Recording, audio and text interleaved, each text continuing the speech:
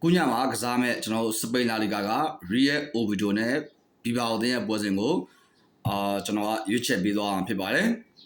အဲ့တော့အားလုံးပဲမင်္ဂလာပါကျွန်တော်တို့ပုံမှန်ခက်မှန်းတင်ဆက်နေကြဖြစ်တဲ့လောပိုင်းခက်မှန်းချက်များအစီအစဉ်ကနေပြီးတော့ဒါပြန်လည်ပြီးကြိုဆိုလိုက်ပါတယ်ဆိုတော့မနေ့ကတော့ဒါကျွန်တော် YouTube channel မှာတင်ပေးခဲ့တဲ့ပွဲကောင်းလေးကမိတ်ဆွေတို့အတွက်တေချာပေါက်အကျိုးရှိစေခဲ့မှာပါမနေ့ကဆိုရင်ကျွန်တော်ဒီကိုမိုနဲ့ဒါဖရီယိုသင်းရဲ့ပွဲစဉ်မှာကျွန်တော်ဖရီယိုစီနာဘော်ဒီရွေးပေးခဲ့တယ်ဘာကြောင့်ကိုမိုသင်းမနိုင်အောင်သိမှုလဲဆိုတဲ့ချက်တွေပါကျွန်တော်မနေ့ကတေချာလေးရှင်းပြခဲ့တယ်ပေါ့နော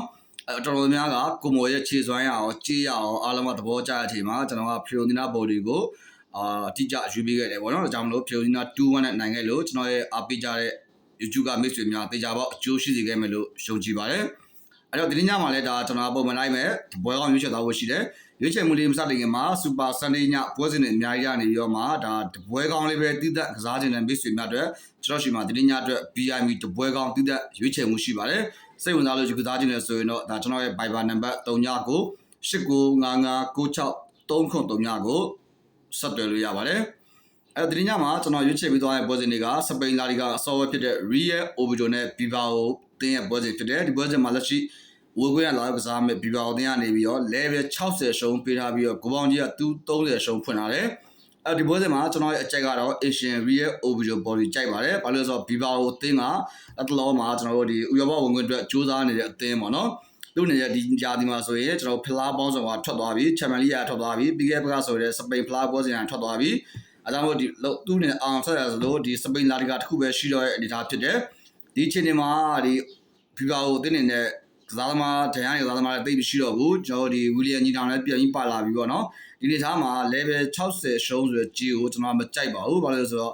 တေးကြရင်တော့ကျွန်တော်တို့ပြား90ပြား60ပဲရှုံးမဲ့ကြီးနေသားမှာအတော်များကတော့ဒီပြား60ရင်းပြီးတော့ပဲBilbaoအသင်းကကစားခြင်းတယ်လို့ကျွန်တော်ကယူဆတယ်နောက်ပြီးတော့တစ်ဖက်က Real Oviedo အသင်းကိုကြည့်မယ်ဆိုရင်ပြီးခဲ့တဲ့ပွဲစဉ်မှာ Girona ကိုအိမ်ကမှာ 1-0 နိုင်ခဲ့တယ်ဒီရာဒီမှာထူးခြားနေတဲ့ Real Oviedo အသင်းကနှစ်ပွဲဆက်ကြီးအောင်တဲ့ပွဲရကြီးအောင်ရဲ့အနေထားရှားတယ်ပေါ့နော်အဲတော့ဒီညမှာဆက်ပြီးကြီးအောင်မယ်ဆိုရင်ဒါနှစ်ပွဲဆက်ကြီးအောင်ရဲ့အနေထားဖြစ်တယ်ပြီးတော့ထူးခြားချက်အနေနဲ့စပိန်လာလီဂါမှာဒီတက်တက်အသင်းတွေကကျွန်တော်တို့ဒီနှစ်ပွဲဆက်ကြီးအောင်ရဲ့အသင်းဆိုလို့ကျွန်တော်တို့ဒီလီပန်လေးအသင်းပဲရှေ့မှာလုပ်ပြတာရှိတယ်ပေါ့နော်အဲတော့ဒီညမှာ Real Oviedo အနေနဲ့အိမ်ဝင်းမှာဒါ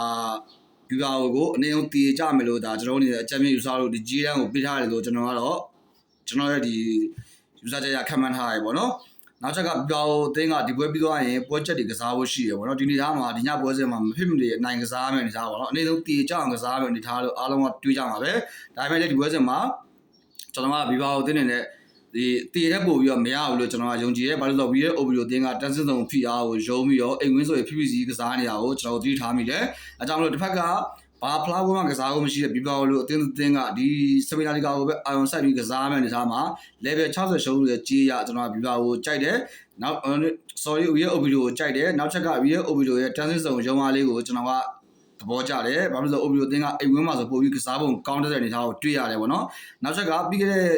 3လပွဲကျော်မှာReal Oviedoအိမ်ဝင်းမှာဘတ်တစ်အသင်းက180နိုင်ပေးပြီးတော့1-1တည်ကြခဲ့တယ်ပေါ့နော်အဲ့ဒါဘတ်တစ်တောင်မှ180နိုင်ပြီးခဲ့ရဆိုရင်Bilbaoနဲ့ဘတ်တစ်ဆိုတာဒါကြီးတန်းရဒါဘလောက်အများကြီးကွာရသေးမဟုတ်ကျွန်တော်ပြား50ကြီးကွာရဆိုတော့ပဲဒါ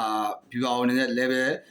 80လောက်ပေးတဲ့ကြီးနေထားပါတော့ level 60ဆိုတဲ့ကြီးရတော့ကျွန်တော်သိမကြိုက်ဘူးကျွန်တော်ဒီပွဲစဉ်မှာကျွန်တော်ရဲ့ရွေးချယ်မှုကတော့ Real Oviedo body ကြိုက်ပါတယ်အဲ့တော့မိတ်ဆွေများအနေနဲ့ဒီညမှာကျွန်တော်ရွေးချယ်မှုကိုအကြိုက်တူတယ်ဆိုရင်တော့ like ကစားလေးအောင်တော့ဒါကျွန်တော်ရွေးချယ်မှုတွေကို YouTube channel မှာလာပြီးတော့မျှဝေပေးရခြင်းပဲဖြစ်ပါတယ်နောက်တစ်ခုကဒီနေ့ည Super Sunday ပွဲစဉ်တွေအများကြီးတရားမှာပွဲအများကြီးကစားတာမကြိုက်ဘူးတပွဲကောင်းနှစ်ပွဲကောင်းလေးပဲတည်တဲ့ကစားခြင်းနဲ့မိတ်ဆွေများအတွက်ကျွန်တော်ရှိမှာ BIM တပွဲကောင်းတည်တဲ့ရွေးချယ်မှုရှိပါတယ်စိတ်ဝင်စားလို့ယူကစားခြင်းနဲ့ဆိုရင်တော့ဒါကျွန်တော်ရဲ့ Viber နံပါတ်39895596